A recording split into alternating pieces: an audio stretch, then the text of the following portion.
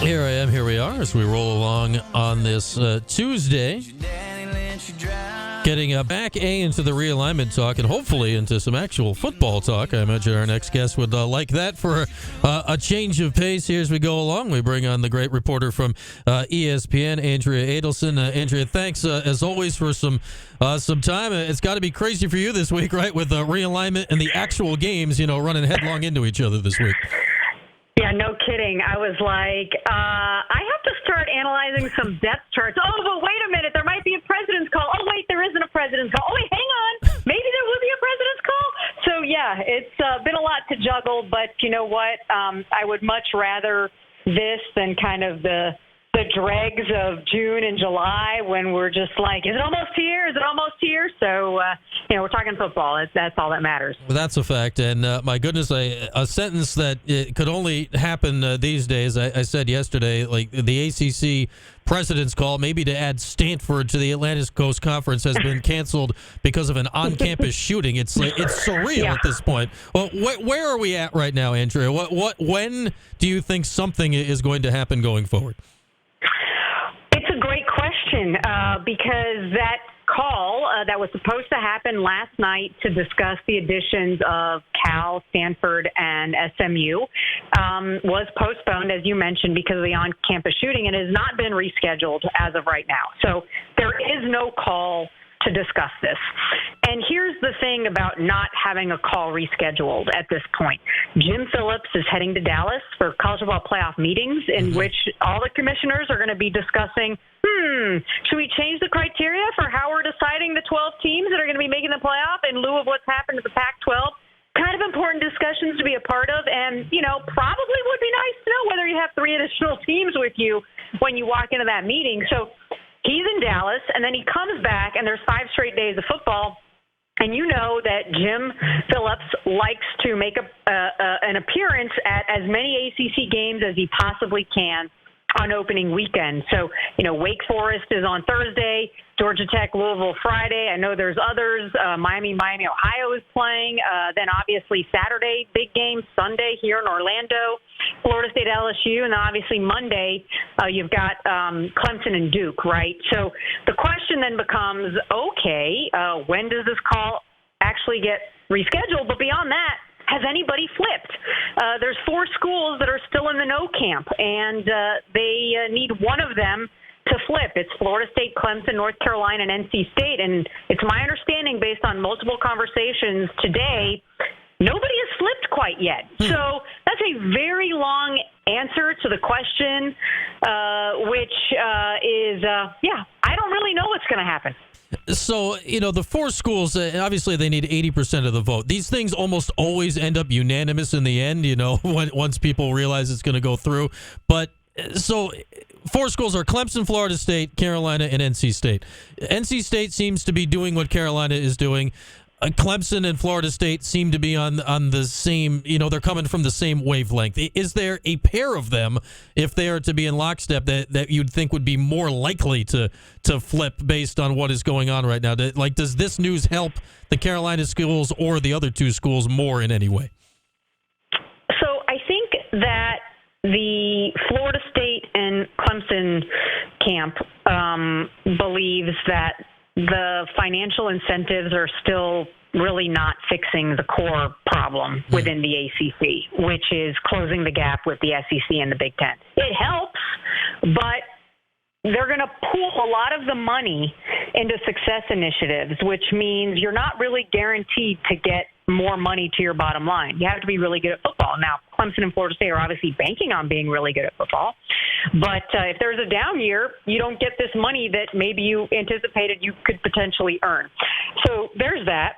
On the Carolina and NC State side, you're right. NC State is essentially going along with what Carolina is going to do, believing that they need to tie their ship, so to speak, with the flagship school in the state of North Carolina. North Carolina also believes that the financial incentive doesn't really change a whole lot. So what does that all mean in terms of trying to flip a vote? Well, it's my understanding that there has been some pressure placed on the North Carolina and NC State, the Carolina schools, because the state of North Carolina just invested millions and millions of dollars to move league headquarters to Charlotte. In fact, there was a flag-raising ceremony today in Charlotte. And so, from the league perspective, right, it's not a great look if the two public schools in Carolina are not really invested in something that the ACC is doing, considering the money that the state is putting into moving the headquarters into Charlotte. I don't know if that argument holds much weight at this point, but I do know that the 11 administrators that are in favor of this have been talking to their colleagues and basically saying, look, we're talking about this revenue gap with the Big Ten and the SEC, which is going to be about $30 million per year just from the television revenue side alone, okay? Adding Cal, Stanford, and SMU, okay, having Cal and Stanford only take 30% of their television money and having SMU take $0 from their television money, pulling that money gets us closer to that gap, right, closing the gap, than any other plan we have right now.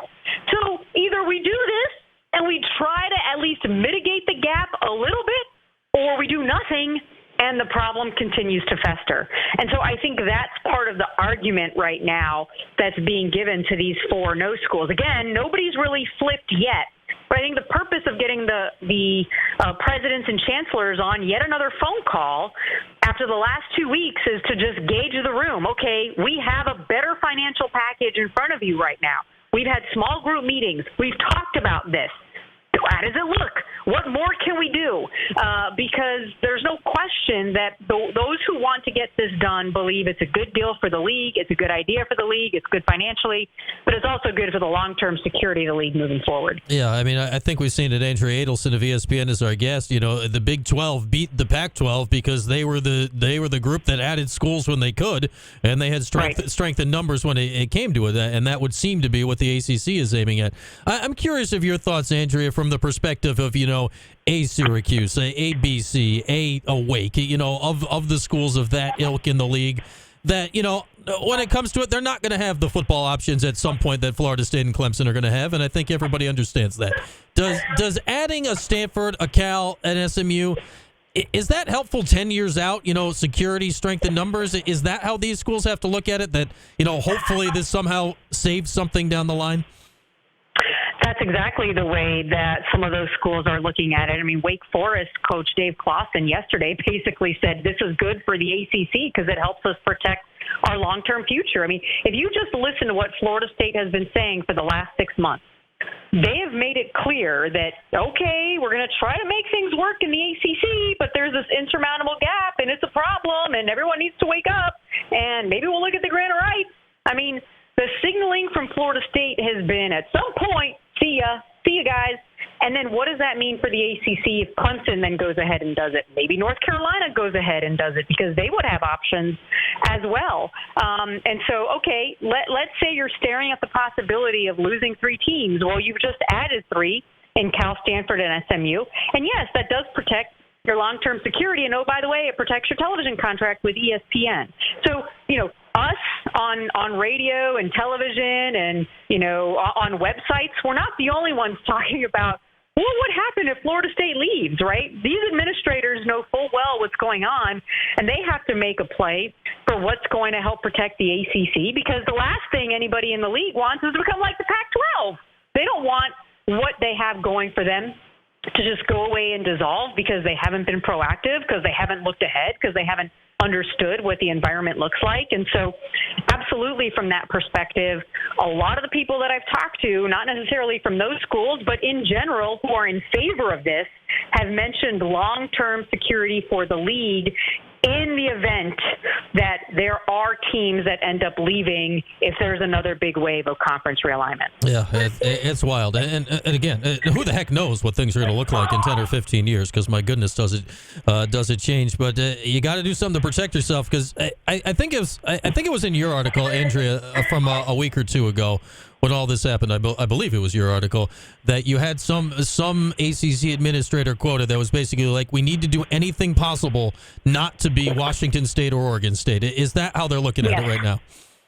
Yeah, absolutely. Because, look, everybody knows we're not going to have a landing spot, and we want to make things work in the ACC, right? Florida State, Clemson, North Carolina, NC State, the no schools, they know that there are schools in the ACC who want to make this work right now to protect the long-term future of the ACC.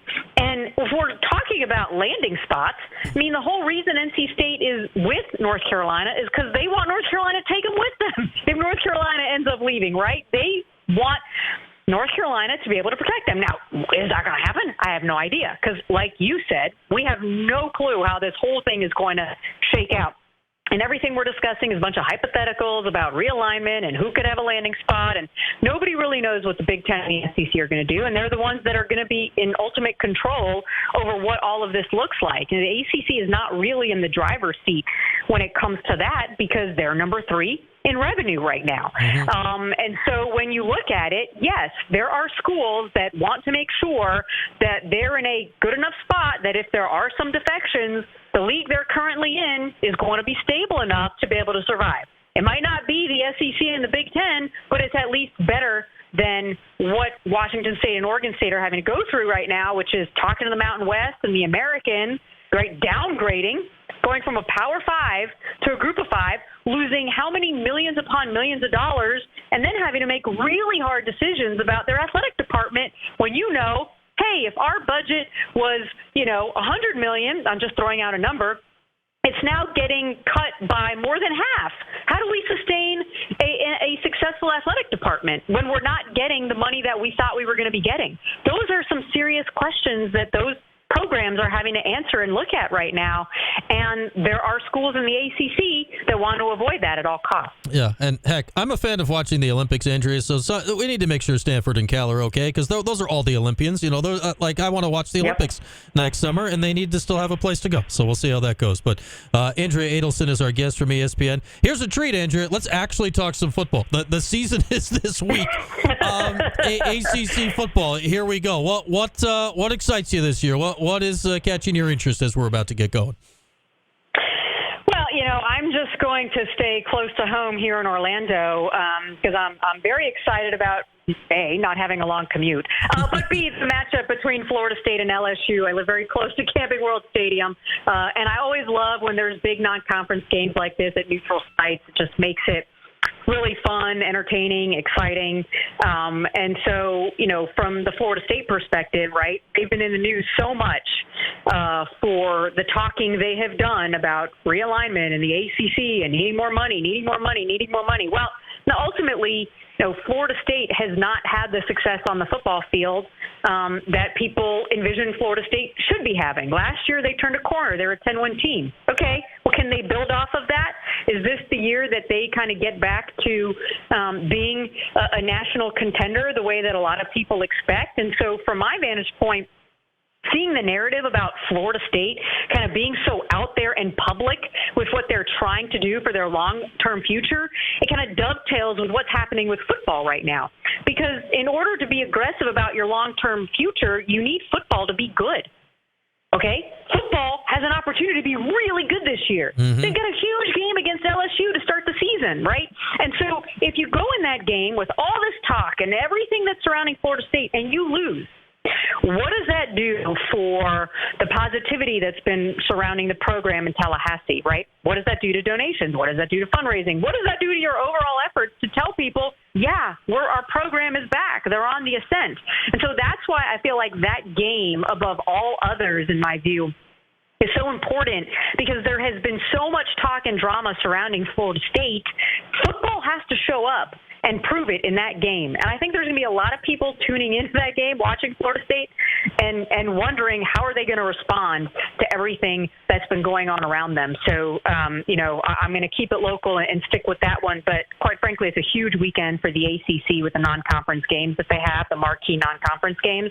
They have to win them in order to change the narrative around the conference. Yeah, that's a fact, and none bigger than that one. All right, lastly, Andrea, around here, obviously we talk about Syracuse all day, every day. What are your expectations here? You talk about the Camping World Stadium. It's been 5 long years since Syracuse was down there for that bowl game. What are you expecting here in Dino Babers' year 8? Well, when I look at the schedule, to me, Syracuse Syracuse's season is going to be largely dependent on, I think, what happens in that extremely difficult 3-game stretch they have after opening non-conference, right? Clemson, North Carolina, Florida State. Like, okay, hey, yay, no more Atlantic, but thanks, ACC. You just gave us the hardest 3-game stretch that any team has in the league. We appreciate it. And Dina has talked a lot about just the physical toll having to play games like Clemson and Florida State, especially back-to-back or within a 3-week stretch, has on the team, right? I mean, we saw that last year, just a difficult loss to Clemson. They got banged up. It was a physical game. They lost some guys, and it wasn't really the same team after that. And so from my vantage point, how they handle that stretch is going to determine what happens this season. I think all 4 of those non-conference games are winnable. And then after that 3-game stretch, you get the open date and some really winnable games against ACC teams that are picked toward the bottom of the league. So when I look at it, I think this is a team that's perfectly capable of getting to at least 7 wins. If I'm plotting it out on paper based on what I think of the teams that they have on the schedule. Is that a reality? I don't know. But I like Garrett Schrader. I like the potential they have on offense, obviously. Defensively, we know there's some question marks. But I think, what this team has learned about itself in the second half of last season, I think will be added motivation headed into this year. So I'm going to predict that Syracuse will make a bowl game this year. Maybe it'll be in Orlando, and that'd be great. I get to say hi to everybody. Yeah, it's fun. It's always nicer when it's the sunnier bowl games. That's always that always means a good season happening around here. All right, Andrea, always good to chat. Do you enjoy the games this weekend? And I'm sure you'll be on top of it whenever the Stanford stuff goes down. But thanks as always. All right, thanks for having me again.